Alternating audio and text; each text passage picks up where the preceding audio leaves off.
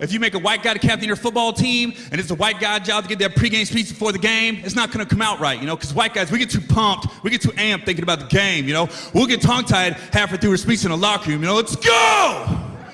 All right! Tonight! Yeah! What's going on, everybody, and welcome to another episode of Tunji's podcast. I'm your host, Tunji Taylor Lewis.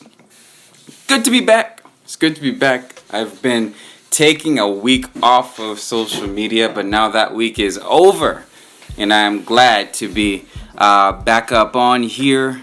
Hey, how's it going, everybody? I hope you all have been doing well. Been taking just a break off of Instagram, TikTok, podcasting. I've also been taking so I just got the question, podcast not in post anymore. No, so what I do now is I do the podcast live. I download them, I edit them up, and then I post them the next day. So this is just an extra element that I'm adding to the podcast. How you doing? I'm doing well. I'm feeling rested. I'm feeling good. Like I was about to say, I've been taking a break off of social media and from working out. I haven't been going to the boxing gym all this week.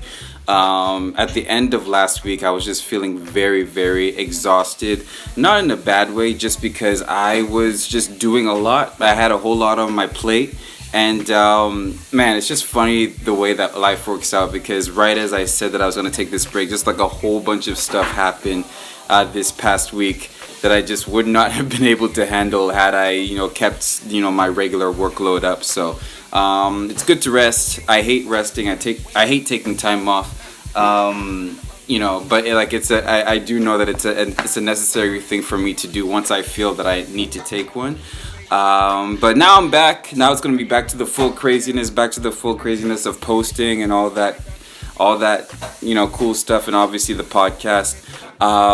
Today I want to talk about, this week I spent a lot of time watching documentaries. The Bill Gates documentary is out, and I always love watching documentaries about people who are who have reached the pinnacle of greatness in their field, right? And it was so funny because the whole time I was watching this Bill Gates documentary with Sade, I was just really making fun of what Bill Gates looked like, his appearance, especially what he looked like when he was in his 20s. Dude might be a genius and he might have more money, he might be worth more than my entire life, but goodness gracious, man, he's not a good looking fella. And it's funny, I was talking about it really is true, God doesn't give everybody everything. So there's some good looking people out here who are as dumb as shit, and there's some genius people over there who can't hold a social conversation to save their lives.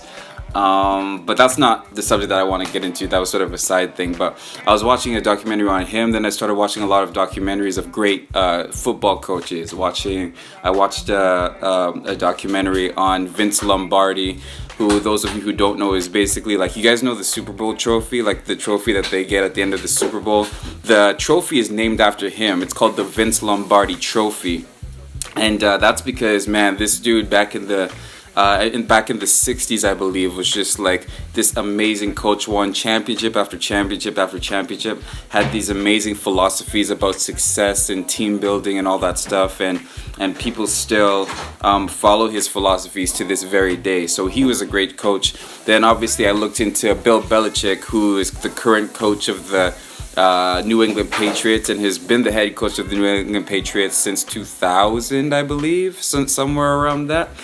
I kind of looked into him and how he sort of his number one priority is winning football games and putting his team in the best position to win football games. It's not about ego.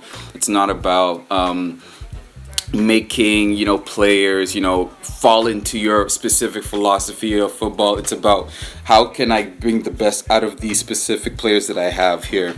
Who do I have a question from? Me. Somebody's asking me, can I ask you something? I'm gonna hit your DM, ask you. Yeah, hit me DM. Yo, by the way, that's a good question. if any of y'all ever want to send me a DM about anything, please hit me up. I always respond back to my DM, so please hit me up about anything you guys want to. But yeah, I was sort of like analyzing and thinking about these great people, and thinking about that, I had this interesting thought. I believe that every great leader is socially awkward. Every great leader is somehow socially awkward. And I don't mean socially awkward in the sense that Bill Gates would be, where it's just like, like if it's a social situation, like very awkward jokes, doesn't know what to say, all that type of stuff. When I say awkward, I kind of mean more of like, great leaders are unusual in the way that they socialize, right? There's something unusual about how they interact with people. And by the way, this isn't a flushed out theory. I literally thought of this yesterday, and I thought this might be a good thing to like bring up in the podcast. But so for example, let's talk about like Bill Gates, for example. I've already said, like, literally as he was growing up, he would rather stay in his room and read books on quantum physics than have dinner with his family. Like, he didn't understand the point of socializing with his family over dinner. He would much rather at 12 years old stay in his room, and his parents literally had to force him into social situations so that he could learn how to interact with people. So that's sort of an extreme version.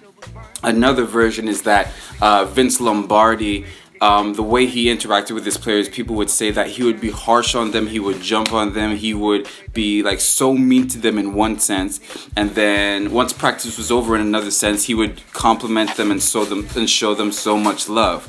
I was just talking about Bill Belichick. Bill Belichick, I mean, like, it's hard to get 2 words out of this guy in an interview or in a press conference situation, right? But if you get him talking about football, he could talk all day. And an even more interesting example in the case of me, for somebody who's into comedy, somebody like a Will Smith, for example, right? Will Smith, in his last YouTube vlog, it shows him, joking around with everybody. It shows him it shows him trying out like martial arts, tricks on like his friends. It shows him, doing all this sort of crazy stuff, working, like doing the photo shoot, whatever. And then at the end of that, he gives like sort of like this motivational speech, or sort of this thing that he's thinking about life. What was the thing he talked about? He talked about how, oh man, I wish I remember what he was talking about. I think he was talking about how just a lot of the things that we stress ourselves over like isn't real, and he elaborated it in his like beautiful Will Smith way.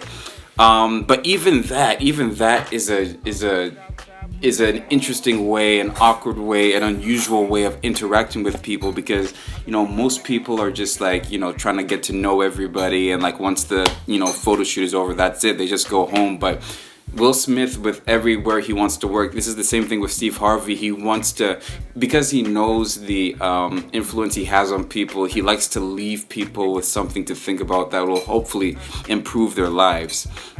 You think about like other comedians like Kevin Hart. When Kevin Hart like first started out, like everybody around, or like not just Kevin Hart, anybody who you think is funny, like think about like the funniest dude or girl that you used to go to school with.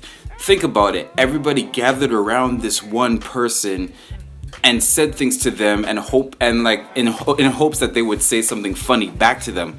That's an unusual social interaction. Again, most people are just gonna have like a two-way conversation. People are literally like gathered around this one person, hoping that they'd say something funny. That's an unusual social interaction, right?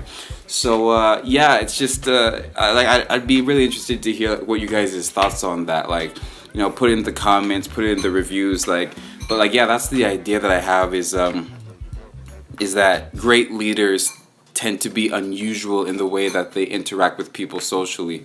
And by the way, that's great for me, because I've always been different in the way that I interact with people. Like whether it's, how, straight up I talk, like I usually don't, sugarcoat a lot of stuff, or not as much as most people. I like to make people laugh all the time. I like to, I like to intentionally encourage people and all that stuff. So yeah, that's my thought for today. So glad to be back podcasting. Peace out.